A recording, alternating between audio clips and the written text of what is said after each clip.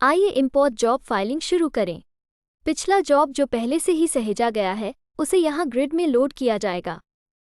हम यहाँ job number, description, master airway bill number और CTH नंबर देख सकते हैं। नई जॉब के लिए आपको न्यू पर क्लिक करना होगा।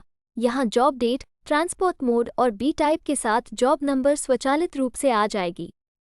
आप यहाँ बी टाइप का चयन कर सकते हैं, चाहे हाउस हो, एक्स बॉन्ड हो या वेयरहाउस, और कस्टम लोकेशन भी चुनें। आप यहाँ कस्टम लोकेशन संपादित कर सकते हैं। आप जो भी लोकेशन दाखिल कर रहे हैं उसे संपादित भी कर सकते हैं। उसके बाद कंटेनर टाइप और फाइलिंग स्टेटस, चाहे आपकी फाइलिंग नॉर्मल फाइलिंग हो, प्रायर फाइलिंग हो या एडवांस फाइलिंग हो। अब जॉब पर जाएगी। सबसे पहले जनरल पेज, यहाँ आपको अपना इंपोर्टर नाम जोड़ना होगा। इंपोर्टर का नाम दर्ज करें। हमने मास्टर में जो भी विवरण जोड़े हैं सभी विवरण मास्टर फाइल ली जाएंगे।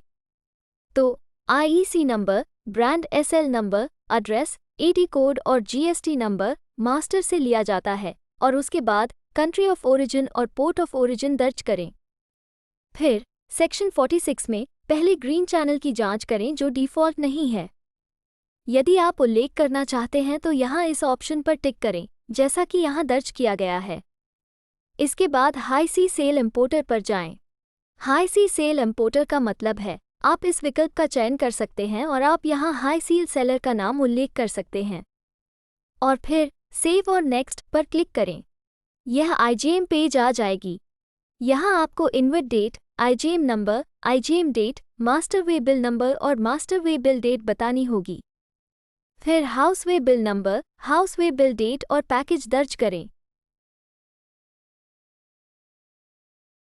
यहाँ आप package, package code, gross weight, gross code का उल्लेख कर सकते हैं। यदि आपके पास 2 IGM या 5 IGM है तो हमारे पास एक्सेल अपलोड ऑप्शन भी उपलब्ध है। आप इस एक्सेल अपलोड पर क्लिक कर सकते हैं और एक्सेल फाइल फॉर्मेट का चयन कर सकते हैं। इस एक्सेल में आप अपनी IGM डिटेल्स भी अपलोड कर सकते हैं। यहाँ आप IGM नंबर, IGM डेट का उल्लेख कर सकते हैं।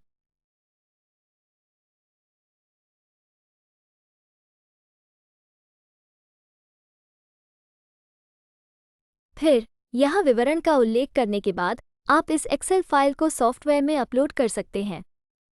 इसके बाद हमारे पास कंटेनर डिटेल्स का विकल्प है। आपको कंटेनर नंबर, सील नंबर का उल्लेख करना होगा और उसके बाद चाहे वह FCL शिपमेंट हो या LCL शिपमेंट, आपको 20 फीट या 40 फीट का चयन करना होगा और सेव करना होगा। यदि आपके पास मल्टीपल कंटेनर हैं तो आप एक्सेल अपलोड विकल्प के माध्यम से अपलोड कर सकते हैं। आप एक्सेल अपलोड विकल्प का चयन कर सकते हैं और container number, seal number, FCL, LCL, type और ट्रक नंबर का उल्लेख कर सकते हैं। इसके बाद एक्सेल फाइल को सेव करके उसे सॉफ्टवेयर में अपलोड किया जा सकता है। इसके बाद हमारे पास बॉन्ड विवरण का विकल्प है। यहाँ आपको बॉन्ड लोकेशन, बॉन्ड नंबर और बॉन्ड टाइप का उल्लेख करना होगा। चाहे वो PD बॉन्ड हो या मिसलेनियस बॉन्ड, आप इसे यहाँ चुन सकते हैं और सहेज सकते हैं। यदि आपके पास मल्टीपल बॉन्ड है तो नया क्लिक करें और आप अन्य bond number, bond location, bond type और सहेजे हैं।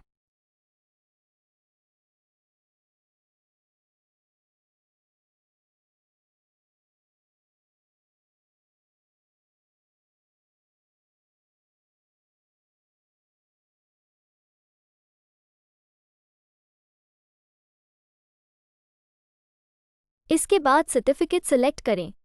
यहाँ आपको सर्टिफिकेट नंबर, सर्टिफिकेट डेट दर्ज करना होगा और सर्टिफिकेट टाइप चुनना होगा और सहेजना होगा। यदि आपके पास मल्टीपल सर्टिफिकेट है तो नया क्लिक करें और अन्य सर्टिफिकेट विवरण भी बताएं।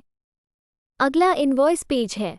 यहाँ आपके पास 2 तरह की एंट्री है, एक है मैनुअल एंट्री और दूसरा है एक्सेल अपलोड विकल्प। इसलिए हम मैनुअल से इनवॉइस नंबर, इनवॉइस डेट और टर्म्स दर्ज कर सकते हैं।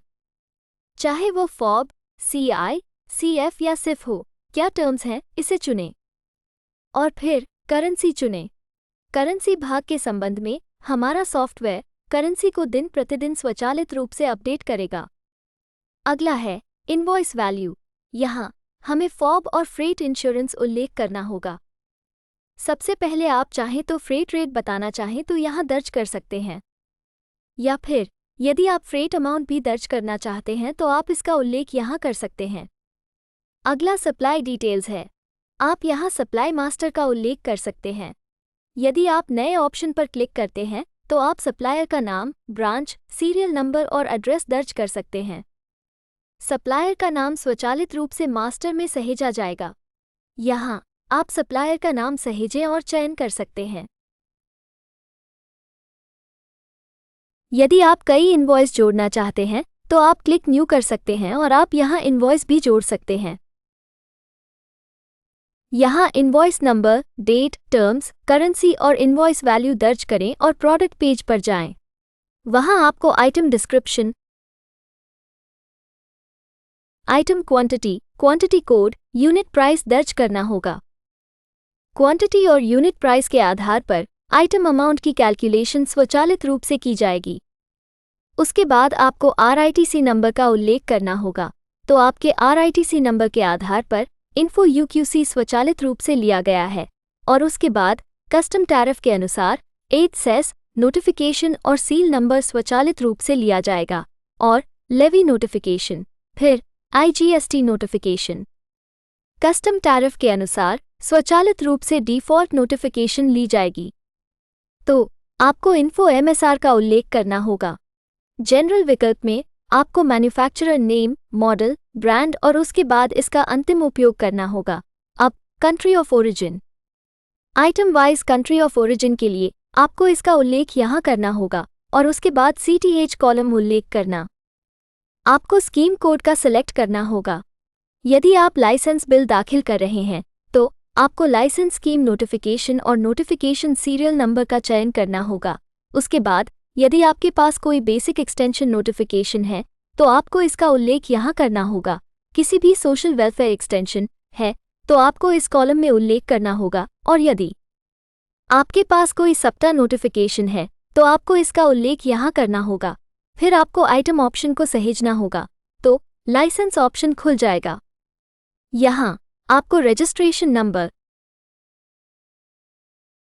रजिस्ट्रेशन डेट का उल्लेख करना होगा। डेबिट क्वांटिटी स्वचालित रूप से जॉब से ली जाएगी।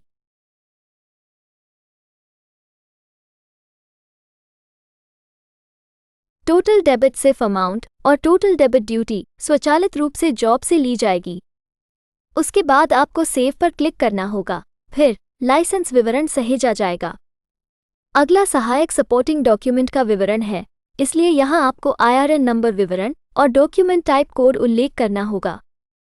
डॉक्यूमेंट टाइप कोड का उल्लेख करने के बाद इन्फो डॉक्यूमेंट डिटेल्स स्वचालित रूप से आइटम विवरण से ली जाएगी। प्लेस ऑफ इशू और इशू डेट स्वचालित रूप से जॉब से ली जाएगी। फिर आपको सेव पर क्लिक करना होगा, फिर सपोर्टिंग डॉक्यूमेंट सहेजा जाएगा। यदि आप किसी अन्य आइटम को जोड़ना चाहते हैं तो आपको क्लिक न्यू करना होगा और फिर अन्य आइटम विवरण, item quantity, unit price, item amount, RITC number जोड़ना होगा। इसलिए आपको सिंगल विंडो के लिए RITC नंबर का उल्लेख करना होगा। हमारा सॉफ्टवेयर से सभी सिंगल विंडो का विवरण ली जाएगी। दूसरे आइटम को सेव करने के लिए हम सिंगल विंडो पेज पर जा सकते हैं। यहाँ आपको अपनी सिंगल विंडो की जानकारी बतानी होगी। फिर AQCS, FSSAI, PQIS, WCCB चुनें। आपको यहाँ अवेलेबल डिपार्टमेंट का चयन करना होगा।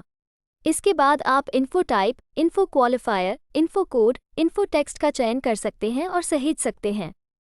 उसके बाद आपको नया क्लिक करना होगा और फिर से यहाँ अन्य विवरण, info type, info qualifier, info code, info text का उल्लेख करना होगा और सहेजना होगा।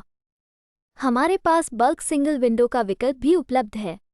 उदाहरण के लिए, यदि आप केवल एक आइटम का उल्लेख करते हैं तो यह इस इनवॉइस पेज में अन्य सभी आइटमों कॉपी होगा।